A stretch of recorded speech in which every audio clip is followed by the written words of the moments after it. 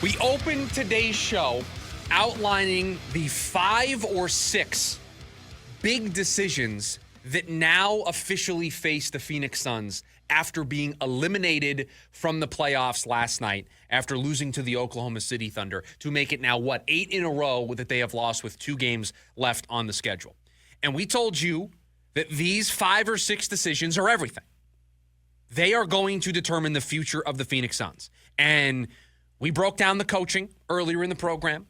We broke down the options with Bradley Beal earlier this hour of the show. If you missed any of it, this is a cheap plug for the podcast. Just search The Lunch Break wherever you find your podcasts. But now let's talk about 2 other things on this list that have to do with the front office. Let's talk about the Kevin Durant trade and maximizing that return. And what I think may be just as important as that decision, because we said that is the most important thing this team is going to do this offseason. Potentially the second most important thing this team is going to do this offseason is an evaluation of their team building process. You've watched this team for the 2.5 years that Matt Ishbia has been here. You have watched this team for the 2.5 years that Kevin Durant has been here. The 2 seasons that Bradley Beal has been here. You've seen all of this. Would you give the Suns a plus grade for their ability to fill out the rest of the roster? Would you give them a grade for their ability to make trades? Are they great at building a bench? Are they great at developing depth? Are they good at any of those things? Would you give them high remarks for any of those things? Are they good at talent evaluation? Are they great at identifying the things you need to have, the grit, the determination, the defense, energy levels, the things that we've said we're missing all year long? Would you give them a good grade in that regard? This team has failed when it comes to team building because they have misidentified what this team has needed. They have misidentified the traits that make up a good basketball team. They traded those traits for star power. They traded those traits for the expectations that superstardom would get them out of any of the messes that would get created. They got rid of a defensive-minded head coach because their offense wasn't good enough, and their defense went straight into the toilet. So they're not great at their choice of coaches. They're not great at developing a roster. How many times throughout the year?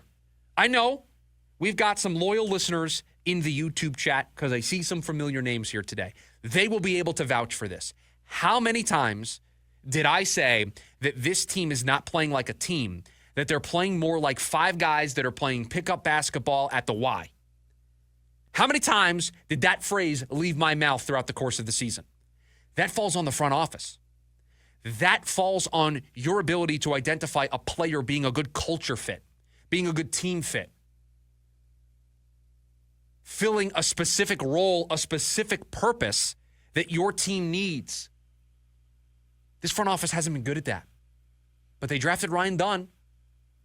They drafted Oso Ighodaro. We'll give them credit for that.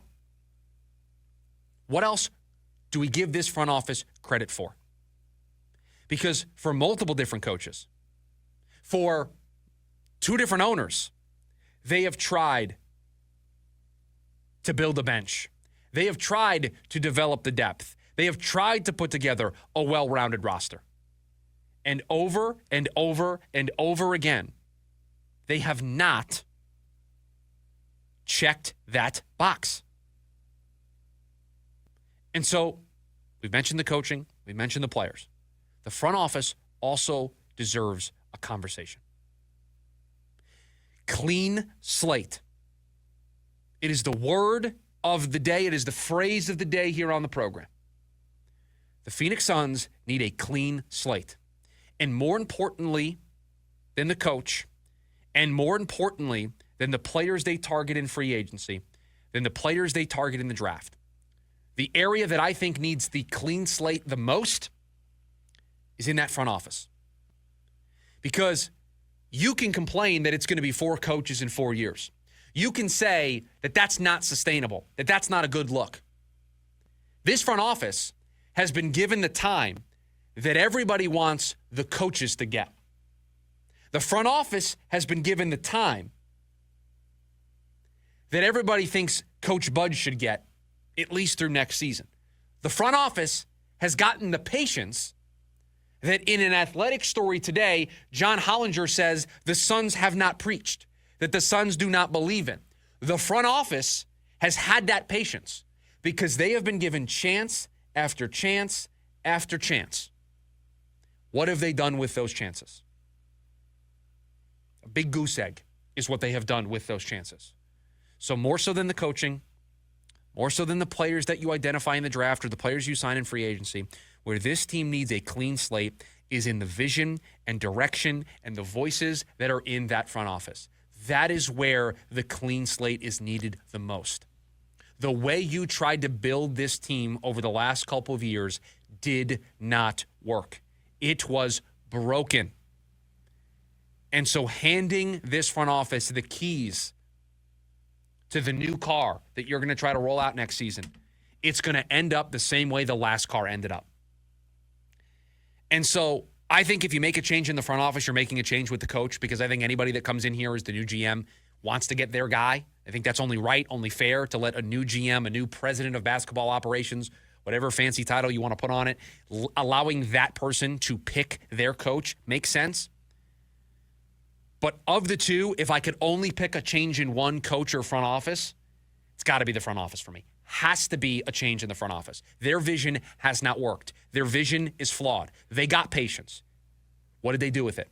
Nothing. Give me somebody that's going to have fresh ideas. Give me somebody that's going to be a fresh voice that may be able to present some new outside-of-the-box things for a team that is reaching a point in their franchise where I need fresh ideas. I need somebody to think outside the box. I have a mess on my hands. That is the nicest way I can say it on radio, because the words I want to use, I can't. Producer Evan would have to hit the dump button. Okay? This is a mess. To get out of this mess quickly, to get out of this mess kind of cleanly, and to get out of this mess and for it to be rosy on the other side, I need somebody that's not the status quo. I need somebody who's not from the old regime. I need somebody new. I need somebody with some fresh ideas. I need somebody that's willing to step outside of the box and be bold. That is what this team needs. That is the direction they need to go in. Yep, 100%. This clean slate, I can't see a way that you fire the general manager and you keep the head coach on. I think if it's one, it's both. The only way it could be one and not the other is if you fire just the head coach. But, Chris, it comes down to what move, what button has this front office pressed over the last 4 years since they went to the finals, where you were like, that's it, there it is, what a move. One. Their resume, the front office's resume, and when I say the front office, let me make it very clear, I'm talking about James Jones. James Jones's resume does not have the credentials on it. He does not have the examples that he can point to that warrant him being able to see this team through this chapter. He doesn't. He does not have the resume that makes me feel comfortable with him being a part of another coaching search, that is a part of another offseason of finding talent, another offseason of drafting players. That resume is not good enough. It is not strong enough. So make a change with your president of basketball operations. Allow that person to pick their next head coach. And this is why, when I said earlier in the program, this team needs to act swiftly, decisively when it comes to their coach. I think even more so, if you are going to make a change in the front office, if you are going to move on from James Jones, if there is going to be a new voice there, you need to make that move quickly. Because if that person comes in and says, I want to make a coaching change, you don't want to be behind the eight ball. You don't want to be 4 or 5 weeks into searching for a new president of basketball operations while everybody else fills their coaching vacancies.